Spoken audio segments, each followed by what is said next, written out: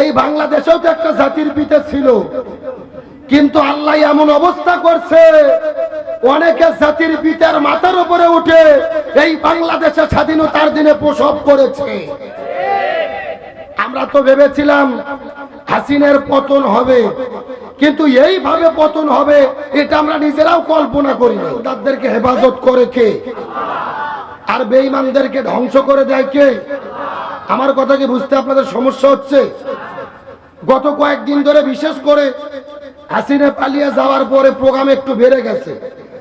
রাতের বেলা কিছু মাহফিল আর দিনের বেলা চলতেছে সাংগঠনিক প্রোগ্রাম। কথা কন না কে? 16 বছর ধরে আমরা কথা বলতে পারিনি, আজকে মাঠে ঘাটে কলেজে প্রত্যেকটা মসজিদে সংগঠনের প্রোগ্রাম চলতেছে।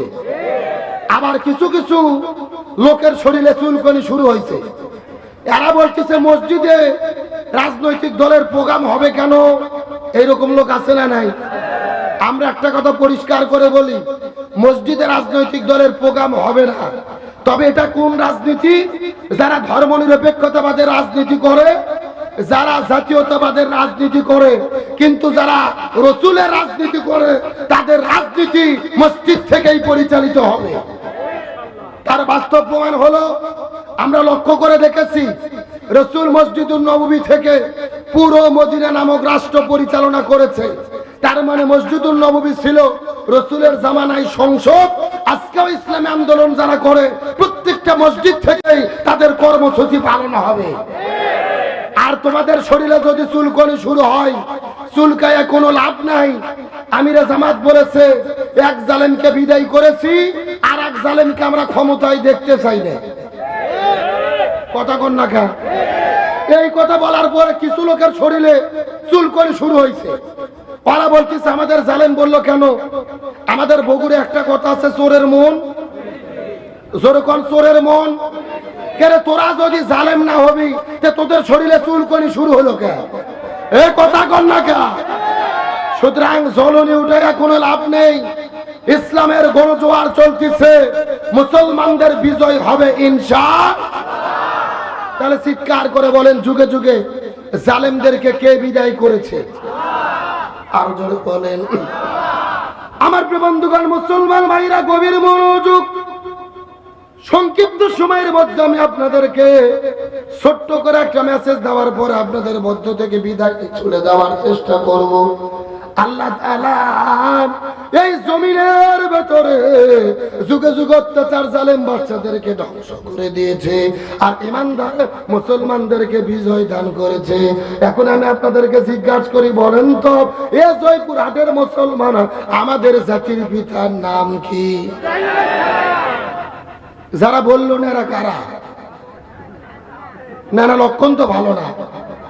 এই বাংলাদেশেও তো একটা জাতির পিতা ছিল, কিন্তু আল্লাহ এমন অবস্থা করছে অনেকে জাতির পিতার মাথার উপরে উঠে এই বাংলাদেশে স্বাধীনতার দিনে প্রসব করেছে।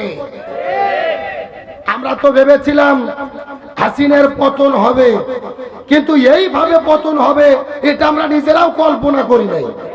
এ কথা কন না কা? হাসিনা পালিয়ে যাবে আর তার দল নিশ্চিহ্ন হয়ে যাবে এতটা ভাবিনি। তার মানে আমরা যতটুকু ভাবিনি আল্লাহ তার সাথে বেশি আমাদেরকে দিয়েছে। সুবহানাল্লাহ কর। তাহলে একটু জোরে বলেন, মুসলমানদের জাতির পিতার নাম কি? কে বলেছেন? আরো জোরে বলেন। মিল্লাতা আবিকুম ইব্রাহিম ওয়াসাম্মাকুমুল মুসলিমিন। আল্লাহ তাআলা রাখতে বলে পৃথিবীর মুসলমানেরা তোমাদের জাতির পিতার নাম হলো ইব্রাহিম আলাইহিস সালাম, আর আমি তার মাধ্যমে তোমাদের নাম রেখেছি মুসলমান। ওই ইব্রাহিম নবী যখন নমরুদের কাছে দ্বীনের দাওয়াত দিয়ে চলে গেল, ওই নমরুদ ইব্রাহিম নবীকে আগুনের মধ্যে ফেলে দিল। এক নয় দুই নয়, ইব্রাহিম নবী 40 দিন পর্যন্ত আগুনের মধ্যে ছিল। এখন আমি আপনাদেরকে জিজ্ঞাসা করি, বলেন তো দেখি ইব্রাহিম নবীকে 40 দিন পর্যন্ত আগুনের মধ্যে ফেলে রাখা হলো, ইব্রাহিম নবী কি চোর ছিল, ডাকাত ছিল, নারী ধর্ষণ করেছিল? তাহলে কিসের জন্য 40 দিন আগুনে ফেলে রাখা হলো বলেন তো দেখি? জমিনে দিন কায়েমের কথা বলার জন্য, ইসলামী আন্দোলনের কথা বলার কারণে, তার মানে বোঝা গেল জাতির পিতা দিনের দাওয়াত দিয়ে আগুনের মধ্যে পড়েছে। আমরাও যদি দিনের দাওয়াত দিতে যাই ইব্রাহিম নবীর মতো আমাদেরকেও আগুনের মধ্যে পড়া লাগতে পারে।